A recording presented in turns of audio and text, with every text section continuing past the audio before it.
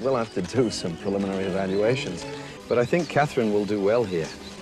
Over here! I'm ready to go in, Coach. Just give me a chance. I know there's a lot riding on it, but it's all psychological. Just got to stay in a positive frame of mind. Let's see that in an instant replay. Oh my God, she's perfect. What's up, guys? Boy, Benny. So there's always this scene in superhero movie where all of the good guys team up to fight the really strong bad guy and are able to overcome the evil forces because of their joined power. And we're sort of seeing that in the political landscape right now as you watch Joe Rogan and Alex Jones and Elon Musk and Tucker Carlson are all on the same side with guys like Bill Maher, right? And Stephen A. Smith. And there are even like leftists, the Young Turks, Anna Kasparian, having these like moments where like we've been pushed too far. Wokeness is evil and it is destroying the country.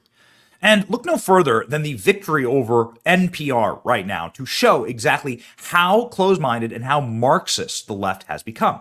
Now, 1 year ago, almost to the day, Elon Musk labeled NPR state-affiliated media, and NPR had an absolute apoplectic freakout over that. Elon Musk said state-affiliated media is defined as outlets where state exercises control over editorial content and financial resources, and that, of course, is NPR. NPR are not journalists. They are the protectorate and the Praetorian Guard, the Soviet-style apparatchiks for permanent Washington, D.C. Elon Musk saying defund NPR. At the time, Elon Musk got a lot of hate over that, and NPR stopped using Twitter over the spat. Elon Musk claiming, truthfully, that NPR is, of course, state-affiliated media.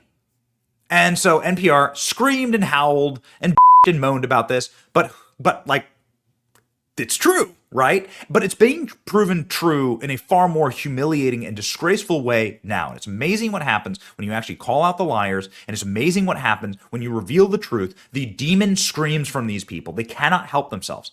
The flailing, the violent reactions are quite remarkable. I mean, again, it's demonic, actually. NPR journalist blows whistle on network's obsession with DEI and progressive diktats that reveal how stories like Hunter Biden laptop were ignored.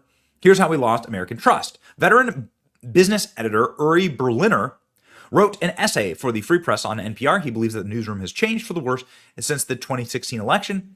The killing of George Floyd also reinforced leftist editorial line, Berliner writes. So this guy named Uri Berliner, who is by every measure like I don't know, what would you call him? A classical liberal, right? In favor of free speech, in favor of free thought, like that's what you would call a classic liberal. He goes on and writes about how few representatives there are inside of NPR, right? Berliner tracks the last days of the old NPR to 2011, where he said it still had a leftist tilt, but still bore a resemblance to America at large, with an audience that described themselves as 26% conservative, 23% moderate, and 37% liberal. But by 2023, only 11% of listeners described themselves as very or somewhat conservative, 21% said they were in the middle of the road, and 67% said they were viciously liberal. Then he goes on to say that effectively they refuse to cover stories that were negative for Hillary Clinton. They only were used as a hammer to cudgel Donald Trump with, and that they have zero conservatives working at the company, zero Republicans working at the company. That the entire editorial backbone of NPR are left-leaning liberals. Of course, not reflective of the country. You'd assume that if this were government funded, then you would have people that reflect, the broad swath of political views of this country, which is actually getting more conservative. Many of the political views in this country are getting more conservative, bending towards freedom. Anyway, for saying these kind of things, NPR suspended this veteran editor as it grapples with public criticism. This from NPR. NPR has formally punished Uri Berliner, a senior editor who publicly argued a week ago that the network has lost America's trust by approaching news with a rigidly progressive mindset. Berliner's 5-day suspension without pay, which began last Friday, has not been previously reported. Well. It's being reported right now in NPR. It's pretty incredible. Veteran NPR editor exposes the liberal groupthink that has invaded NPR reporting. CEO is not happy. Uri Berliner's honest reporting found that out of 87 NPR employees in their DC headquarters, all are registered Democrats. 0 are Republicans. That's what we were talking about. NPR's audience, 6% black, 7% Hispanic, 67% liberal, 11% conservative. CEO Katherine May took aim at Uri Berliner, suggesting that it was profoundly disrespectful for him to question NPR's integrity. What do you think? Should NPR be defunded? Oh, baby. And here's where it gets really, really interesting. Well, F around and find out. NPR whistleblower Uri Berliner resigns. I cannot work in a newsroom where I am disparaged. Berliner claims that an open mindset spirit no longer exists at the taxpayer-funded outlet. So goes the woke. Longtime NPR editor Uri Berliner, who was suspended after blowing the whistle on the liberal bias at the organization, announced Wednesday that he is resigning. I am resigning from NPR, the great American institution where I've worked for 25 years. I don't support calls to defund NPR. I respect the integrity of my college and wish for NPR to thrive in important journalism, but I cannot work in a newsroom where I am disparaged by the new CEO whose divisive views confirm the very problems at NPR I cited in the Free Press essay, Berliner wrote in a statement published on X. Berliner was referencing Katherine May, who took over last month as president and CEO and has gone viral for her past media posts showing far left, radical, progressive views. So here's the actual resignation letter, and he tagged the CEO of NPR. Pretty amazing. There we go, saying that this is the reason why he is resigning. The new CEO of NPR, however, has because of all of this drama, has come under incredible scrutiny and criticism for her past statements, which are not, of course, the statements of somebody who's a journalist or who cares about journalism, but is actually the statements of a far left-wing psychotic radical who hates free speech. Check this out. The best part of Arizona is my Biden grandpa hat. Look at that. She's literally wearing Joe Biden swag. This is how broken this person is, but it gets worse. It always gets worse. I mean, sure, looting is counterproductive, she says, in response to the BLM looting that killed and murdered and rampaged across the country and destroyed communities and lives. But it's hard to be mad about protests not prioritizing the private property of a system of oppression founded on treating people's ancestors as private property. This is all a lie. We have knocked this lie down again and again and again. But nonetheless, she is sitting there saying that private property is evil and that you are justified in protesting and destroying and killing if you're mad about something. That happened 250 years ago. Got it? I do wish Hillary wouldn't use the language of boy and girl. It's erasing the language from non-binary people. She said in 2016, just to show you, ladies and gentlemen, how long this CEO has been on the woke intersectional bandwagon. NPR's woke CEO, Katherine May, haunted by woke anti-Trump tweets, veteran editors claim bias. Yeah. So her stuff has gone thermonuclear viral. I mean, she is just such a psychopath. Is exactly, by the way, exactly the kind of person that you would essentially think she is. Raised in privilege, total Nepo baby, raised in a community that's 98% white, right? This is her pedigree is American white leftist liberal elitism. All right. And then she gets her rocks off effectively by live action role playing some type of progressive social justice warrior. Okay. When her entire life has been taxpayer funded and has been floating from elite institution to elite institution to elite liberal enclave time and time again. It's like the Martha's Vineyard people deporting the 50 Venezuelans that were sent there. Like as soon as the policies affected them, then they've lost their minds. Airline business class demographics are such a pet peeve of mine. In the lounge and on the plane, usually 80% male, white. That's right, says the self-hating white person, right? My 30-year-old older brother listening to NPR on the reactions for the new Ghostbusters. White men, we really are pretty much the problem these days.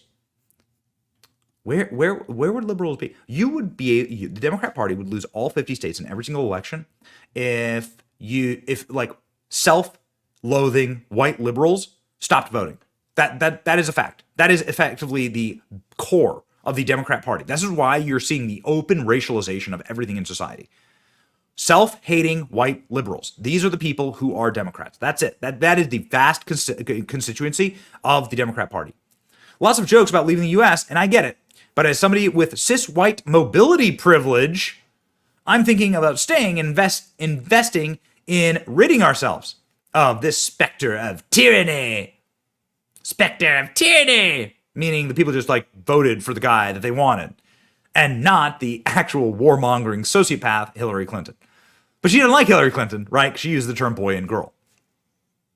Like most people, I gave up on NPR, says Rob Schneider, a legendary comedian, years ago. But it looks like there's another reason to stay away from liberal lunacy, meet the new CEO, right? With these now infamous tweets.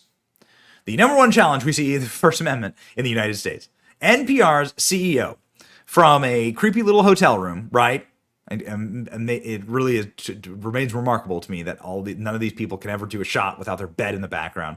But here's the NPR CEO effectively saying that the thing she hates the most on earth is freedom of speech. The number one challenge here that we see and is, of course, the First Amendment in the United States is a fairly robust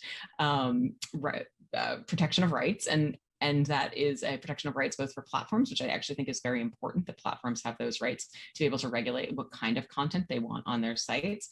But it also means that it is a little bit tricky to really address some of the real challenges of where does bad information come from and sort of the influence peddlers who have made a real market economy around it. So yeah, we have an enemy to fight, and that enemy is the Marxist. These people are communists. They're self-loathing, just like every communist. They hate you, and they hate this country. Luckily, they're just stupid, okay? There are a couple of Marxists that I think you could argue throughout history had at least the brutality or the capacity to wield power. These people are just weepy weaklings and morons and are so unbelievably incompetent. And they're reviled by the rest of the country and by the rest of us who actually work for a living and exist in the real world. Like Tucker Carlson, who called out NPR from 1,000 yards away almost a year ago in backing Elon Musk, calling them state media. This is the Avengers, Tucker style. And it's essentially unchallenged by anyone. It just stays. Wars and recessions come and go, but NPR funding remains. But after more than half a century, it is very clear that there is nothing public about National Public Radio. NPR is the radio station of permanent Washington. That's who pays for it. That's who benefits from it. By adding 3 simple words to NPR's tweets, Elon Musk exposed that forever to the world. Such is the power of truth. It exposes, and of course, it infuriates those who are exposed. So NPR howled in outrage, but with its signature pursed-lipped fussiness. Here's a direct quote from a piece on NPR's website, which really does belong in the Museum of Uptight Liberalism. Quote, NPR officials have asked Twitter to remove the label. They initially assumed it was applied by mistake, NPR spokesperson Isabel Lara said. We were not warned. It happened quite suddenly last night, Lara said. In response to an NPR email for the story seeking comment and requesting details about what in particular might have led to the new designation, Twitter's press account auto-replied with a poop emoji. Well, it's just so perfect you couldn't improve it. Hey, Twitter, stop calling us what we are. Okay, NPR, here's a scat cartoon. So you can forget the rockets and the electric cars. Elon Musk is a hero for this alone. But NPR wasn't finished. It still had fight. National Public Radio was so angry, so enraged to be called state media, that its supporters enlisted the help of the regime's top spokeswoman to claim otherwise. Stop calling it propaganda, said the propagandist. Again, it's an irony-free zone and just too great. Watch this. There's no doubt of the independence of NPR's journalists, and it has been. If you've ever been on the receiving end of their questions, you know this. You know that they have their independence in journalism. NPR journalists work diligently to hold public officials accountable and inform the American people. The hard-hitting, independence nature of their coverage speaks for itself, and so I'll leave it there. That is so Baghdad Bob. It's unbelievable. Here she is reading a press release for NPR that tells us they're famous for hard-hitting independence, which speaks for itself. Really? How many tough questions have they asked you, Karina Jean-Pierre? Not a single one.